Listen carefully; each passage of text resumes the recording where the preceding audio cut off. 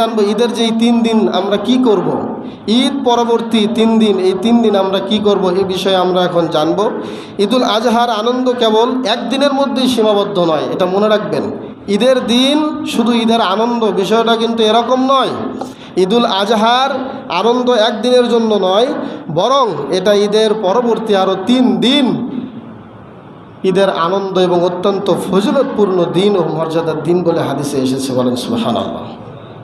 আজকে 11ই জিলহজ, আগামীকাল শনিবার, পরের দিন রবিবার, টানা 3 দিন।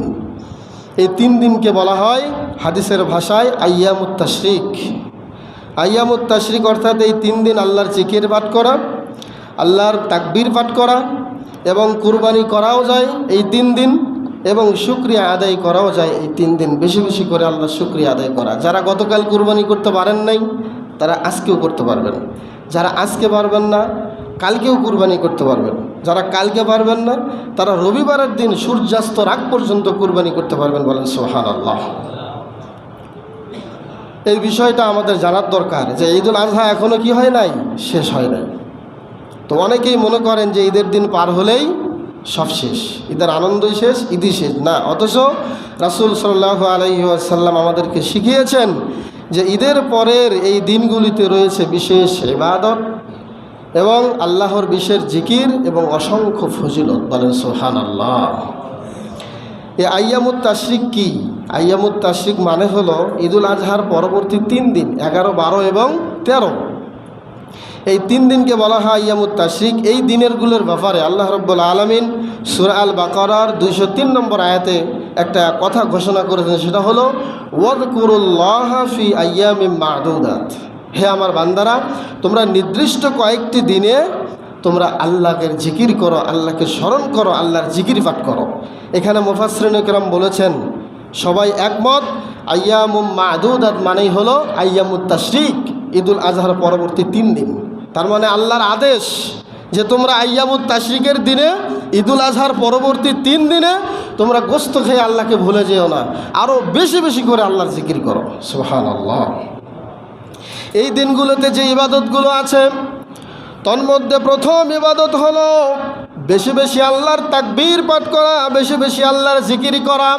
আল্লাহ রাব্বুল আলামিন সূরা হজ্জের 28 নম্বর আয়াতে বলেছেন, লিয়াযকুরুসমাল্লাহি ফি আইয়ামিম মা'লুমাত, যাতে করে আমার বান্দারা এই গণিত কয়েকটি দিনে তারা আল্লাহকে বেশি বেশি করে স্মরণ করে, বেশি বেশি করে জিকির করে। অর্থাৎ নির্ধারিত দিনসমূহ মানেই হলো এই জিলহজ মাসের পরের 3 দিন। তাও আল্লাহকে আমরা স্মরণ করতে পারি বিভিন্নভাবে, যেমন ফরজ সালাতের পরে এখনও কি পড়তে হবে? তাকবীর। অর্থাৎ আগামী রবিবারের আসর পর্যন্ত আল্লাহু আকবার, আল্লাহু আকবার, লা ইলাহা ইল্লাল্লাহু, আল্লাহু আকবার ওয়ালিল্লাহিল হামদ, এভাবে তাকবীর পাঠ করতেই হবে আগামী কিবার পর্যন্ত? রবিবার পর্যন্ত, প্রত্যেক ফরজ সালাতের পরে। এটাকে বলা হয় তাকবীরে মুকাইয়াত, নির্ধারিত করেই নিতে হবে, প্রত্যেক সালাতের পরে এটা পাঠ করতে হবে। সম্মানিত উপস্থিতি, এবং এই তাকবীর পাঠ করা মুহাদ্দিসিনে কেরাম বলেছেন এটা মুস্তাহাব, অত্যন্ত গুরুত্বপূর্ণ এবং উত্তম একটা আমল।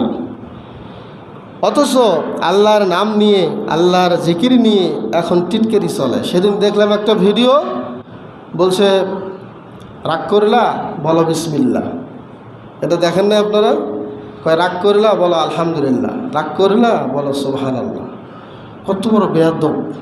মানে আল্লাহর নাম ভেঙে ভেঙে সে এখানে গণতগিরি করতেছে, মানে এমন কিছু ভবিষ্যৎবাণী বলতেছে। আর যখন দেখতেছে মুখে সুবহানাল্লাহ, মুখে আলহামদুলিল্লাহ, মুখে আল্লাহু আকবার বলতেছে, তখন মনে হচ্ছে যে এর মতো দরবেশ আর নাই, আমাকে বারবার সুবহানাল্লাহ বিসমিল্লাহ বলতে বলতেছে।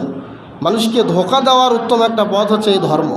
ধর্মকে ব্যবহার করে বিশ্বের লাখো মানুষ, বিশ্বের লাখো লাখো হুজুররা তারা ব্যবসা করতেছে, তাদের পকেট ভারী করতেছে এই ধর্মকে ব্যবহার করে। তাদের মধ্যে সে একজন গণক বলতেছে, আর হাদিসে স্পষ্ট আসছে, মান আতা আররাফান ফাসালাহু ফাসাদ্দাকাহু লান তুকবাল্লাহু 40 সালাতান। বিশ্বনবী বলেছেন, যে কোনো গণকের কাছে গেল, গিয়ে তাকে জিজ্ঞাসা করলো, হাত দেখালো, তারপরে হাতে দেখে যা সে বলল তা বিশ্বাস করলো, বিশ্বনবী বলেছেন আগামী 40 দিন তার কোনো ইবাদত আল্লাহর দরবারে কবুল হবে না। সে আল্লাহকে বিশ্বাস করে না, সে গণককে বিশ্বাস করে। সম্মানিত উপস্থিতি, তাহলে এই যে আল্লাহর নামের জিকির করা, এটা আমাদের কি দায়িত্ব? ইমানি দায়িত্ব, আল্লাহর আদেশ। 2 নম্বর আমল হচ্ছে এই 3 দিনে কুরবানি করা। যদি আমরা কুরবানি করে না থাকি, ঈদের দিন কুরবানি করতে পারি নাই, হয়তোবা অনেকে একাধিক পশু কুরবানি করতে গিয়ে একটু কষ্টবোধ করি, আজকে একটা করলাম, আগামীকাল আরেকটা করলাম, বাস কোনো সমস্যা নেই। এটা শরীয়ত সম্মত এবং স্পষ্ট সহিহ হাদিস আছে, আল্লাহর নবী এটা অনুমোদন দিয়েছেন।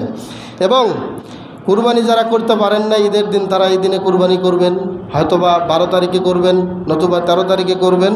কারণ আইয়ামে তাশরিকের দিনগুলোতে, ঈদুল আজহার পরবর্তী যে 3 দিন, এই 3 দিনে যে কুরবানি করা যায়, এটা আল্লাহ রাসূলের আদেশ। বলেন সুবহানাল্লাহ। তাহলে ঈদের দিন কুরবানি করা যায়, পরে আরও কয়দিন করা যায়? 3 দিন করা যায়। বিশ্বনবী মুসনাদ আহমদের মধ্যে এসেছে, জুবাইর বিন মুতঈম থেকে বর্ণিত, নিশ্চয় নবী সাল্লাল্লাহু আলাইহি ওয়াসাল্লাম বলেছেন, কুল্লু আইয়ামিত তাশরিকি যাবহুন।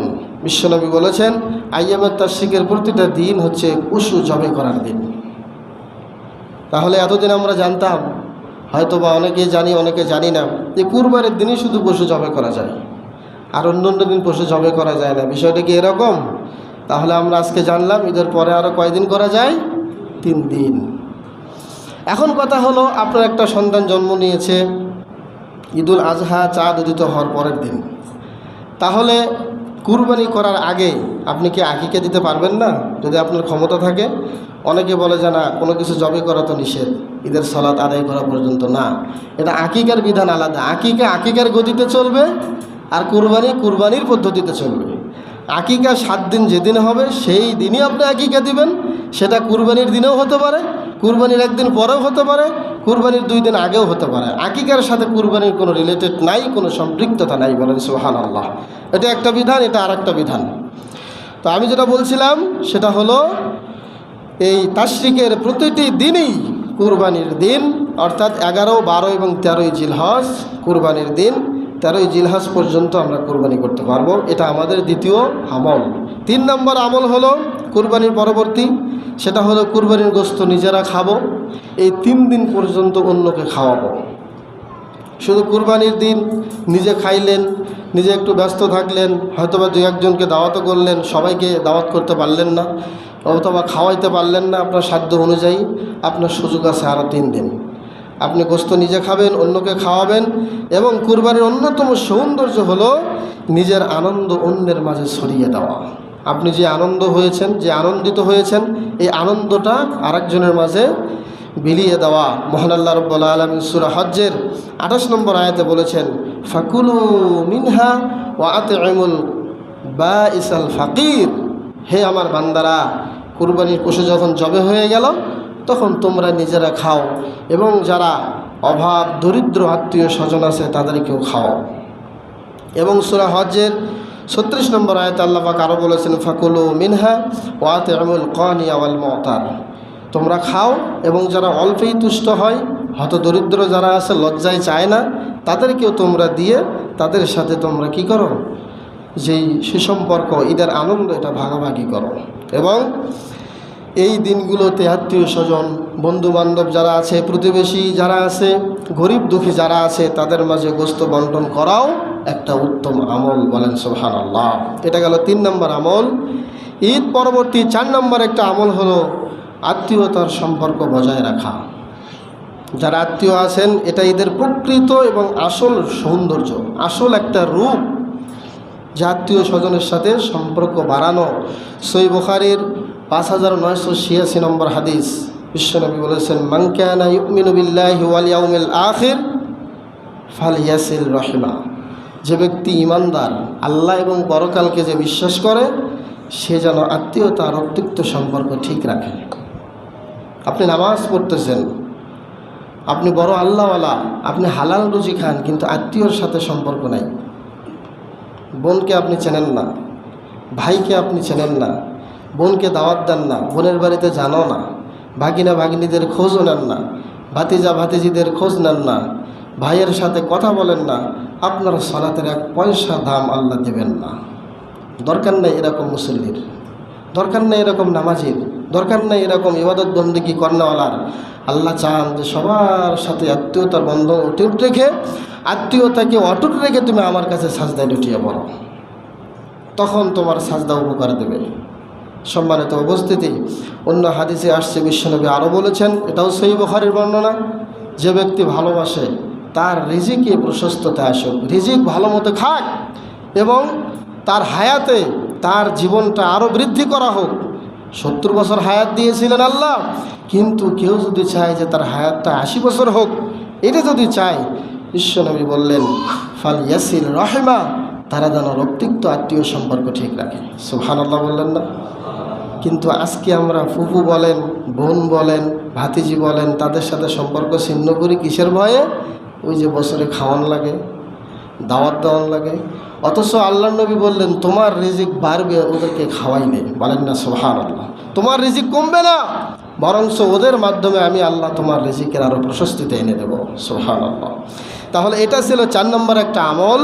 সুতরাং এই দিনগুলিতে আত্মীয় স্বজনের খোঁজ খবর নেওয়া, তাদের অভিমান দূর করা, কষ্ট যেই অভিমান ছিল এগুলো দূর করে সম্পর্ক সুন্দর করাও একটা গুরুত্বপূর্ণ আমল এই 3 দিনের।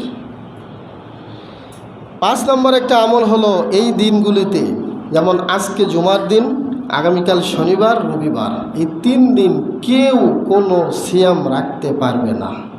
সিয়াম রাখা নিষেধ, রোজা রাখা কি নিষেধ। এমনকি কাজা রোজা যদি কারো থাকে কাজা সিয়ামও এই দিনগুলিতে রাখা হারাম।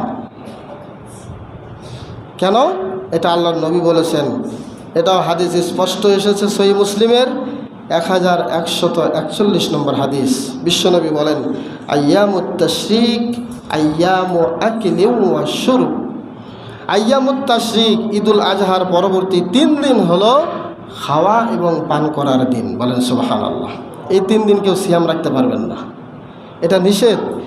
সর্বশেষ যেটা, সেটা হলো 6 নম্বর যে আমল, সালাত, তাওবা এবং অনেক নেক আমলের উপরে অবিচল থাকা।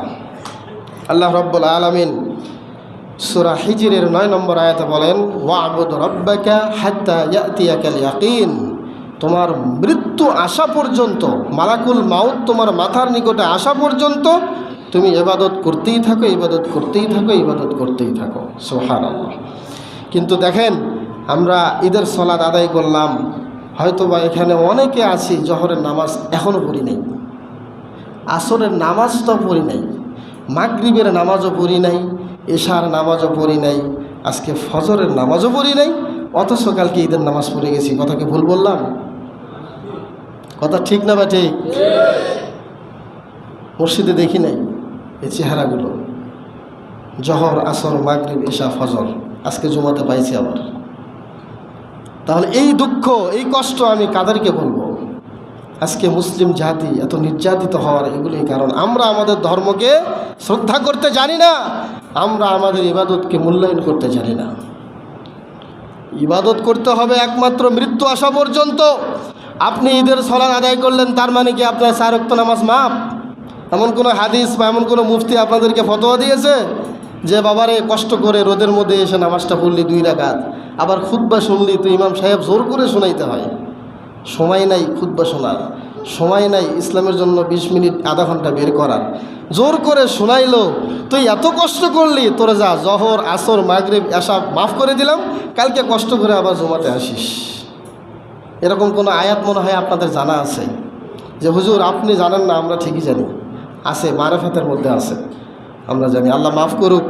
তো সম্মানিত উপস্থিতি, এই ছিল 6টি আমল। সর্ব অবস্থায় আল্লাহর ইবাদত করে যেতে হবে। অতএব ঈদের যে পরের দিনগুলি আমরা এখন অতিবাহিত করতেছি, এই দিনগুলো যেন শুধু আনন্দের না হয়, বরঞ্চ আল্লাহ রাব্বুল আলামিনের ইবাদত, জিকির, আজকার এবং তাকবীর, কৃতজ্ঞতা, আল্লাহ রাব্বুল আলামিনের শুকরিয়া আদায়ের মাধ্যমে যেন আমরা এই দিনগুলো অতিবাহিত করতে পারি। আল্লাহ রাব্বুল আলামিন আমাদেরকে আইয়ামুত তাশরিকের দিনগুলোর আমল বুঝে শুনে আমল করার তৌফিক দান করুক সকলে করে।